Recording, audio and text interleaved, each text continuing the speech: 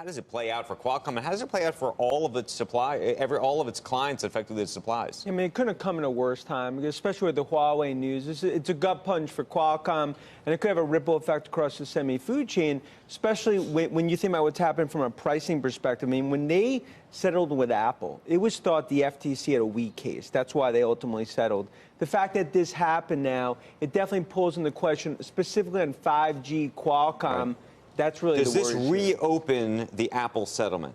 Well, that's the jury's still out on what happens there. It looks like it could open that up, but fundamentally right now, the bigger worry is that pricing power for Qualcomm obviously goes down, and the biggest U.S. 5G arms broker is taken, their power goes down, which, especially with the Huawei situation, makes this a very, complex Bad situation. news for the 5G situation, potentially, but maybe good news for the companies that rely on their chips. I mean, if this is true, if the judge is right, if this is anti-competitive behavior, what happens on the other side of the ledger? Who benefits? Yeah, well, I think there's going to be some players that now try to get more into potentially 5G, and competitive-wise, you could start to see pricing go down. So it could be a positive over the long term. You remember Cisco, literally the day of the announcement of the settlement with Apple, said they were getting out of the 5G business. They didn't want to be in the business because they thought they couldn't make money in the business. Does that change under this scenario? I think it does change. I think right now you look at a lot of tech players that go to their whiteboard now and potentially look at this. That's good news.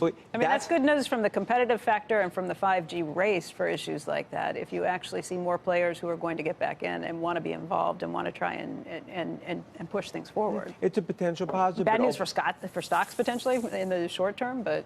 What's bad, but also remember that Qualcomm is the key 5G player. So I think the worry is in the near term, especially with the Huawei situation, does this basically take some power out of Qualcomm? And does this even play into U.S.-China talks going to the G20? But play that out. Just explain what you mean. How does it play into the Huawei conversation exactly?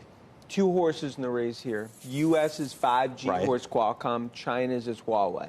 Now, okay, but hold on. We're talking apples and oranges here, because Huawei is dealing with routers and base stations and cell towers. That's what we're talking about here. Not the towers themselves, but obviously the signal, the microsites, if you will. Qualcomm is in some of those, but most of what we're talking about is the devices, I thought. Yep.